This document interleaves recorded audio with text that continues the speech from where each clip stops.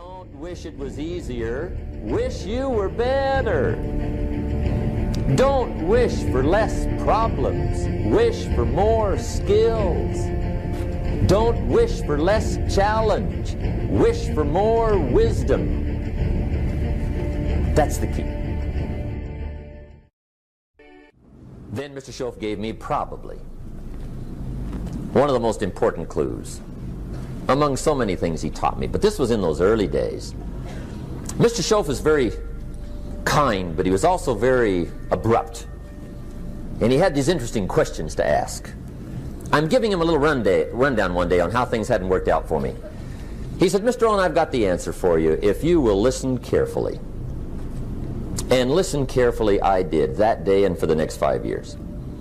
If somebody's wealthy and happy, you gotta listen. He said, Jim, I've only known you a short time. But he said, it's already my honest opinion that for things to change for you, you got to change. That wasn't quite the answer I was looking for. But that's the answer he gave me, and I pass it along to you on this warm summer evening in Anaheim, California, 1981. For things to change for you, you've got to change. Otherwise, it isn't going to change. Before I met Mr. Schoaf, I used to say, I sure hope things will change. Right? That seemed to be my only hope. If it isn't going to change, I'm in serious trouble. And then I discovered it isn't going to change, so I'm in serious trouble.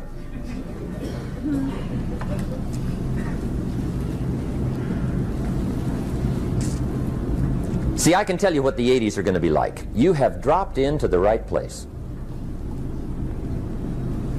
I did a seminar one time for Standard Oil executives and management in Honolulu. And we're having a conference one day on this big conference table.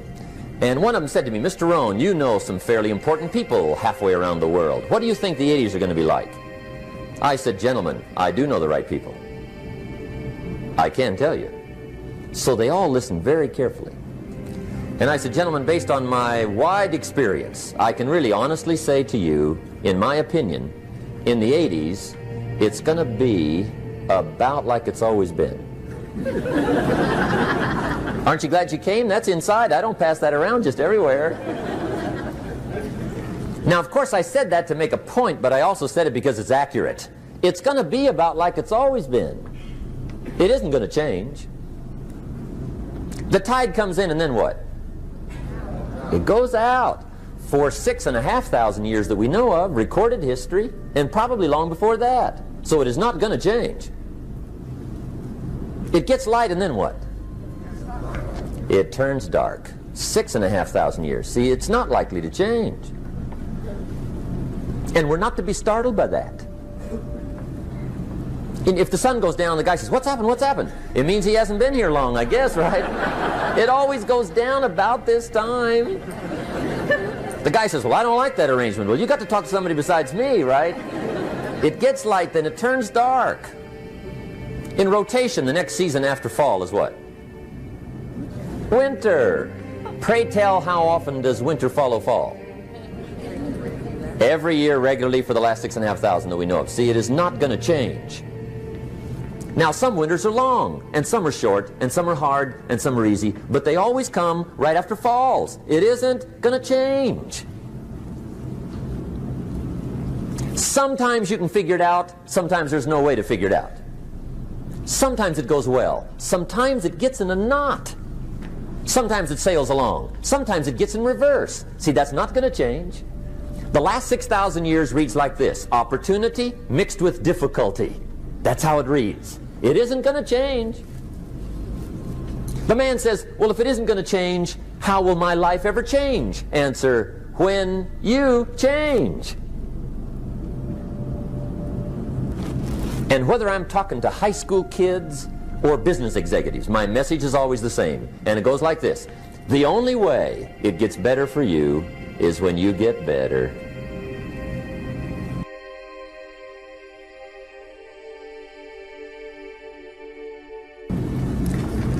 Let me give you the 4 major lessons in life to learn. Here's 4 majors. It's good to study the majors. In our weekend seminar we teach, some people don't do well because they major in minor things. You've got to be on the lookout. At the end of every week, end of every month, you've got to check, make sure you're not spending major time on minor things. Okay, we go through that whole series. Majors and minors. Now, let me give you two phrases before we get to the four majors. This will set it up and you'll see where I'm going. Two key phrases for your notes. Here's the first one.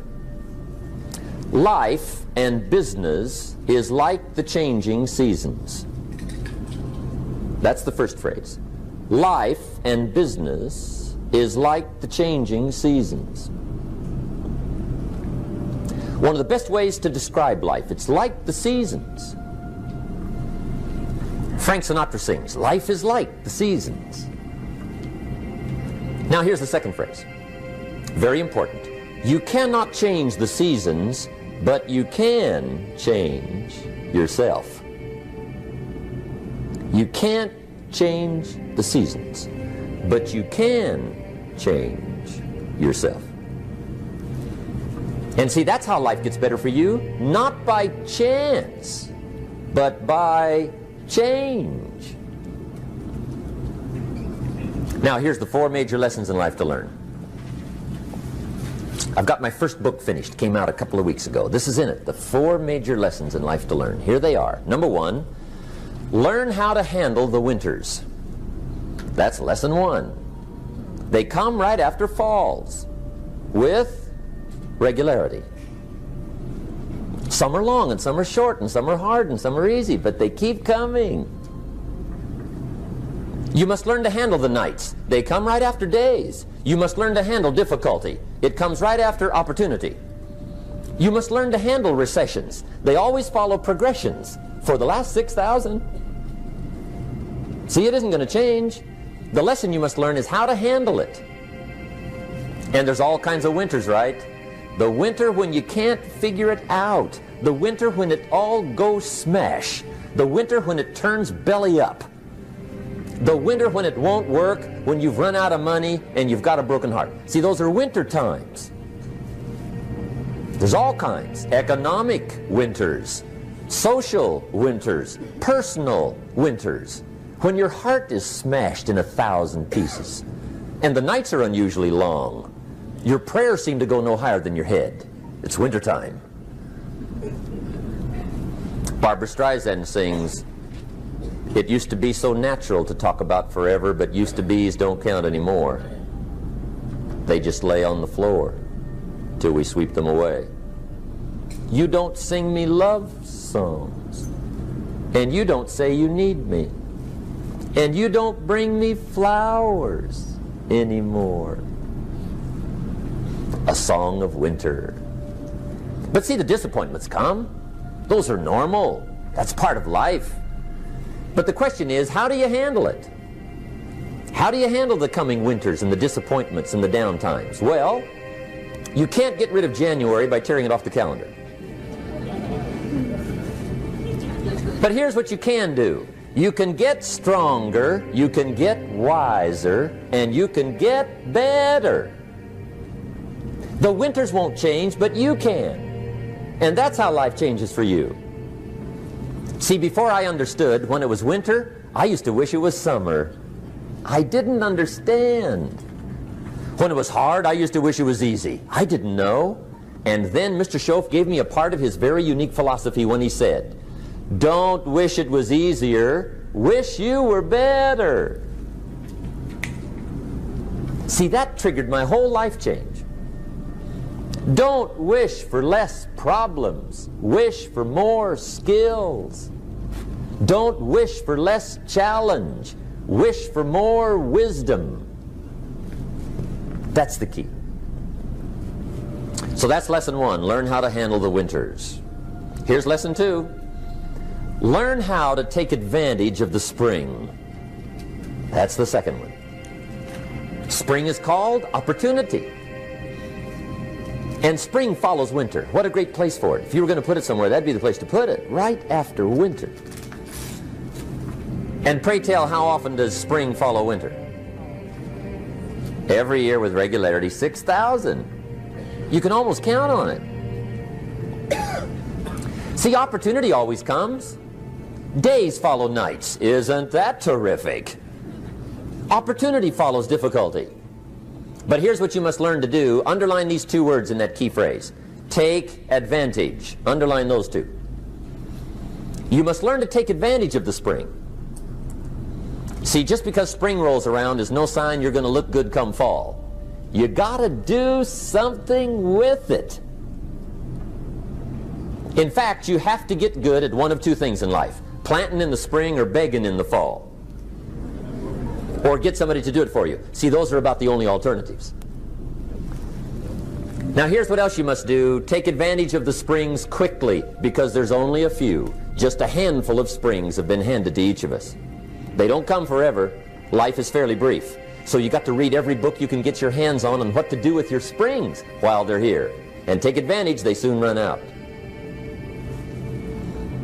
The Beatles wrote, "Life is so short." And for John Lennon, it was extra short. But life is brief. Elton John sings, "She lived her life like a candle in the wind." It's brief. So whatever you're going to do with your life, you got to get at it. Don't just let the springs pass. Here's the third major lesson in life to learn. Learn how to protect your crops all summer. You got to take care of what you start. Sure enough, as soon as you've planted your garden in the spring, the busy bugs and the noxious weeds are out to take it. And here's the next bit of truth. They will take it unless you prevent it. And that's the third major skill to learn. You've got to learn to prevent the intruder from taking all the good you start. It's one of the challenges. Here's two key phrases under number 3. First one, all good will be attacked. On this planet. Maybe not the next one we get to, but on this one, all good will be attacked. Every garden will be invaded. Not to think so is naive. And here's the second phrase. All values must be defended. Political values, social values, community values, family values, marriage values, friendship values, business values. Every garden must be tended all summer. Third major lesson. Now here's number 4. Fourth major lesson in life to learn. Learn how to reap in the fall without complaint. Learn to reap come harvest time without complaint. Take full responsibility for what happens to you. It's one of the highest forms of human maturity, accepting full responsibility. It's the day you know you've passed from childhood to adulthood, the day you accept full responsibility. And another note, learn to reap in the fall without apology. Without apology if you do well, and without complaint if you don't. That's maturity. I used to have that long list of reasons why I wasn't doing well. To explain. You got to explain, right? Otherwise you're going to look bad. I used to have this funny list called Reasons for Not Looking Good.